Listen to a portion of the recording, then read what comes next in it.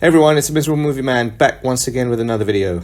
This video is a review of another Hong Kong film, The Prosecutor, starring Donnie Yen. Just wanted to let you know what I think of the film. I've been a fan of Donnie Yen since Tiger Cage back in the 80s. I've seen pretty much all of his 80s, 90s, even early 2000s films. And he's a great martial artist and a decent actor too. So I was wondering how The Prosecutor was going to be. I was a little bit worried. Donnie Yen playing somebody who's a prosecutor in a court. Is he going to be doing what he does best, which is kick ass? How would a prosecutor kick ass? Well, I needn't have worried because in this film he still has a lot of fight scenes. So, I mean, that was great.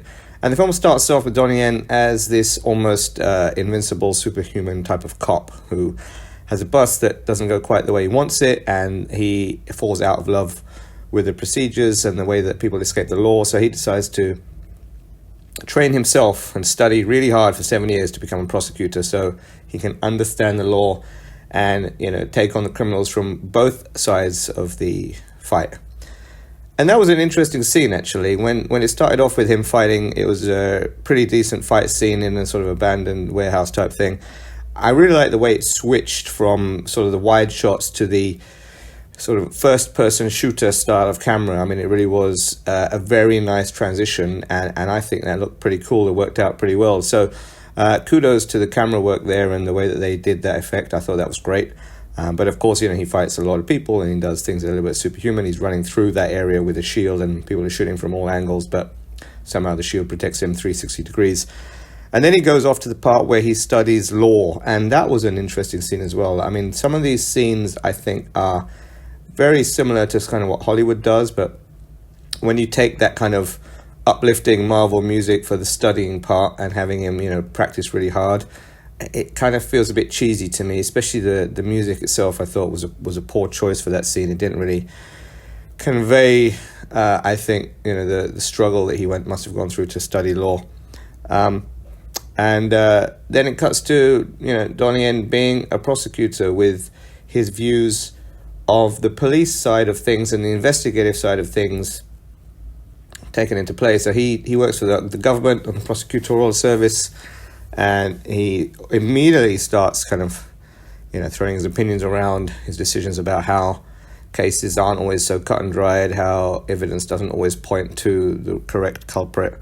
But, it was some interesting scenes there. And of course a case unfolds, which is a case where his old colleagues are arresting a guy who claims somebody else gave him drugs for shipping at his address, and he was just giving his address without being an actual drug mule. And a lot of it gets interconnected later on with some of these folks. So, there are spoilers in this video for those who haven't seen the film yet, but I thought the premise was interesting. Certainly it's based on a true story, apparently, that I don't know too much about. Whether in that true story the prosecutor can fight 100 men at once is probably questionable. So obviously it was more of a fictional take on that. But I think the basis for the story was quite cool. As I said in my other video for Season Fallout, it's interesting for this one. The brown guys are the drug dealers. The brown guys are the low-level criminals. And yeah, it's good that Hong Kong cinema is taking more of a inclusion approach for ethnic minorities, but it almost seems like it's the Hollywood of the 80s where the brown guys were always sort of Arabs or terrorists or whatever. I really don't want Hong Kong cinema to fall into that trap, which it seems to have already done. But of course the brown guys aren't the big bosses, so there are local big bosses who treat the brown guys like very bad underlings that they are. And also I think there was a few black guys in the gang as well. So yeah, again, the ethnic minorities make up all of the low-level underlings, and it's interesting to see. I like the fact that Donnie Yen wears his waistcoat right. As a traditional English gentleman who loves to wear waistcoats, you have to have that top button done up and you have to have the bottom button undone. That's the correct way to wear a waistcoat for everyone who's listening. So he wears his waistcoat right. His flat is pretty cool. He seems to have a huge place. And I saw the Lego Millennium Falcon, which I thought would get smashed up later on, but it didn't. I thought the evil boss in the film had a bit of a comedy voice. I don't know if that was a callback to something or whether that was sort of caricature of a previous villain. But that comedy voice almost reminded me of the villain in Ong Bak, who was, a pretty interesting character as well. So I thought that was quite funny, to be honest. It didn't really have the impact that I think it could have done had the guy had a normal menacing voice instead of this raspy, kind of almost vocoder type voice. The fight scenes were great, especially at the start. It gets a bit ridiculous when he's fighting on the rooftop and there are 100 guys coming at him. Now, yeah, he does do some pretty good close quarter stuff, but again, if you watch, it's a Bruce Lee style of fighting, where in the background there are two people kind of jumping around from side to side, waiting for somebody to get knocked out before they come and attack. In the end, obviously, he can't take on 100 men, so he does get swarmed and knocked out, but if you watch the background actors and martial artists, it does provide for a bit of light relief. Of course, Donnie Yen's moves are great, and when he takes on 2 or 3 guys at the same time, it makes for a great fight scene. I thought the female villain who portrayed this cold, harsh, money-grabbing lady was kind of a wasted character. I don't know really what she was in there for, other than to act stern and be a bit of eye candy. I mean, even later on when things were not going well, why was she upset when her portfolio was down? I mean, she was still a high-class lawyer earning a lot of money. And funny little scenes like that, I didn't understand. Even on the MTR, it was an empty MTR and somebody gave up their seat for the kid.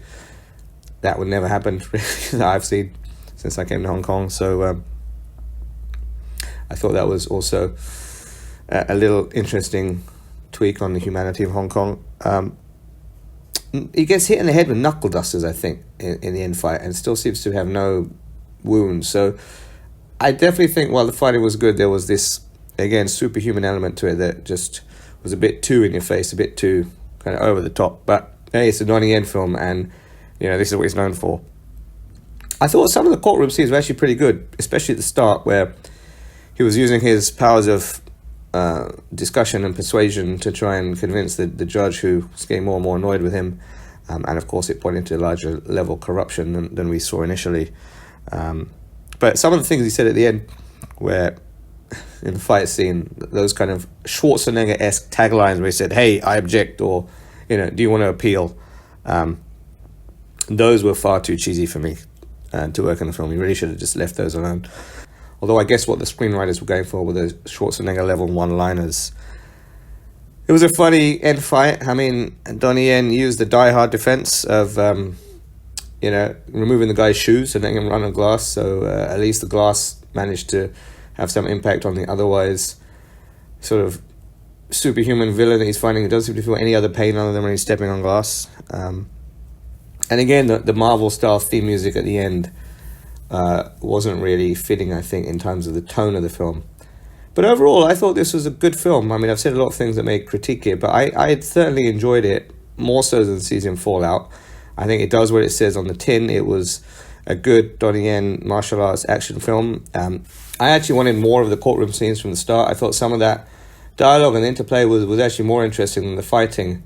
And of course, the hero wins out in the end and catches the bad guys. But I guess it could have been handled with a bit more seriousness at the end, with the main kid getting free when his grandfather dies. That's a pretty big emotional impact, and I think everyone saw that coming when Donnie Yen left him for 3 seconds, and that's when obviously the bad guys will come in and do their dirty work. But I think we could have had more scenes of the emotional trauma of the film towards the end. But it was a good film. I mean, I definitely recommend it to anyone who's a Donnie Yen fan. I think the courtroom scenes, as I said, were pretty good and well scripted and had some drama to them, at least at the start. They tailed off and got a bit ridiculous at the end. I mean, essentially, the way he wins is by beating a lot of people up and bringing a witness to court, not by using his wits or by using his powers of persuasion or by using his knowledge of the law or legal counter-arguments to win, which really should, I think, have been the focus of the end scenes. But that aside, as I said, good pacing, good action, it gets quite tense a couple of times, and great fighting. So overall, I would give this probably a 6.5/7 out of 10. Please go and check it out. Let me know what you think in the comments below. If you agree with everything I said or disagree with anything I missed in the film, because I'm obviously reading the subtitles, so perhaps there were elements that I mean, there were a lot of jokes I think that I didn't really get, or I didn't find that funny. I think the local crowd I was watching it with, including my wife, enjoyed more of those jokes than I did. So yeah, let me know if I missed anything, and as usual, please like, share, subscribe to help support the channel, and catch you next time.